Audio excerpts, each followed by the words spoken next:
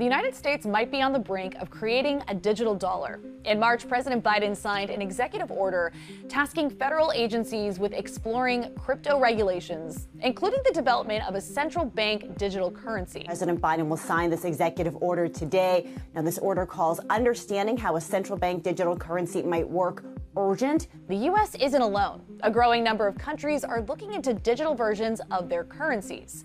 More than 100 countries, representing more than 95% of the world's GDP, are looking to create their own digital currencies. Proponents of CBDCs say a digitized currency can provide more access to the unbanked, allow for faster transactions, and reduce illicit activities. But there are also concerns. Unlike cryptocurrency, CBDCs are centralized. They are issued and controlled by government entities just like fiat currency. In unstable or authoritarian countries, that could lead to currency manipulation. There's no government, there's no person that can just print Bitcoin into infinity, right? There's a cap to it, which is different from the way that some governments operate, which is they can ostensibly keep printing money, which would devalue that nation's currency. We've seen that all over the world. Venezuela has been with capital control since the early 2000s. We got to a peak where the inflation per year was over 1,000,000%. When you don't have control over your finance, you are not free. Another concern, lack of privacy. According to the Bank of International Settlements, in order for CBDCs to ensure transparency and combat illicit activities, full anonymity is not plausible. CBDCs can also be programmed and personalized to only be spent on specific items or within a limited time frame. This function is called programmability. Say a government wants to distribute aid to people after a natural disaster, right? So in theory, the way programmable money would work is okay, so I'm distributing this aid and you can only use this money for food or clothing or medicine, but you can't use it to go buy cigarettes. But the other side of that, I think, which people are concerned about is yeah, can you use that programmable money to block certain people out of the financial system or restrict their freedom in some way? I think that makes a lot of people very deeply uncomfortable. This idea of personalized monetary policy is a theme that people aren't talking about today.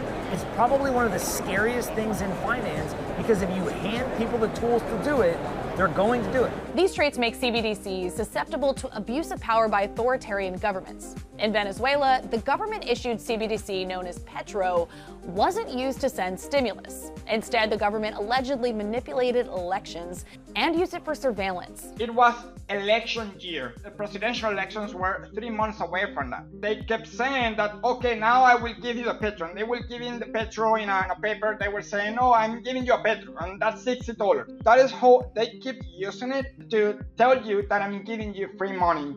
And with that, you can earn favors of the people.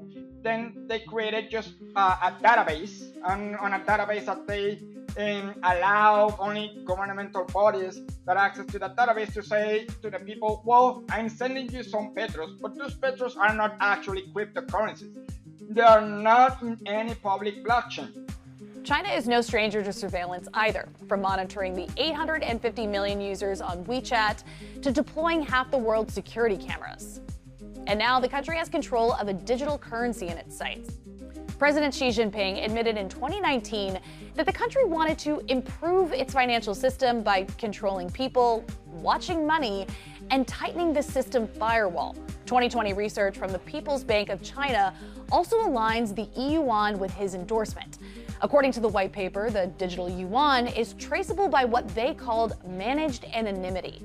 That means that it provides anonymity for small value and traceability for high value to combat money laundering and illicit activities.